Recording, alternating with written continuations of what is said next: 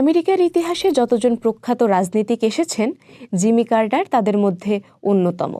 রাজনীতির পাশাপাশি তিনি একজন শিল্পীও ছিলেন।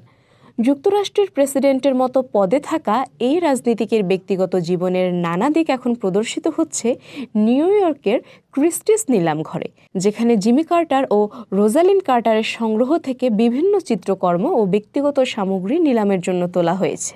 এই সংগ্রহে তৈলচিত্র থেকে শুরু করে নির্বাচনী প্রচারণার সময়ের স্মারক এবং দৈনন্দিন ব্যবহার্য নানা জিনিস রয়েছে, যার মধ্যে উল্লেখযোগ্য হল চীনাবাদাম থিমের স্কার্ফ, টাইয়ের সংগ্রহ এবং কার্টারের জন্য বিশেষভাবে তৈরি একটি স্টেটসন টুপি। নিলামের মূল আকর্ষণগুলোর মধ্যে রয়েছে ক্যানভাসে আঁকা 4টি তৈলচিত্র, যা কার্টার নিজেই এঁকেছিলেন। ক্রিস্টিস আমেরিকানা বিভাগের অ্যাসোসিয়েট স্পেশালিস্ট জুলিয়া জোন্স গত 15 জানুয়ারি রয়টার্সকে জানান, সাবেক এই প্রেসিডেন্ট শৈশব থেকেই ছবি আঁকতেন আর সারা জীবন তা অব্যাহতও রেখেছিলেন। বিশেষ করে হোয়াইট হাউস ছাড়ার পর তার ছবি আঁকার পরিমাণ আরও বেড়ে যায়। তার অনেক চিত্রকর্মেই নিজের স্মৃতি বিজড়িত স্থানগুলো ফুটে উঠেছে, যেমন জর্জিয়ার প্লেন্স শহরের একটি গির্জার দৃশ্য সম্বলিত স্টিপল নামক চিত্রকর্মটি।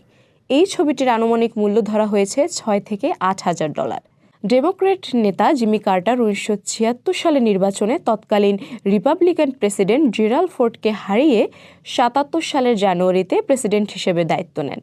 তার এক মেয়াদের শাসনামলে 1978 সালে ইসরায়েল ও মিশরের মধ্যে ঐতিহাসিক ক্যাম্প ডেভিড চুক্তি স্বাক্ষরিত হয়, যা মধ্যপ্রাচ্যে কিছুটা স্থিতিশীলতা ফিরিয়ে এনেছিল।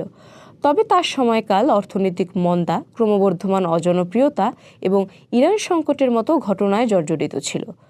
এসব তার ক্ষমতায় থাকা শেষ 444 দিনকে বিপর্যস্ত করে তুলেছিল।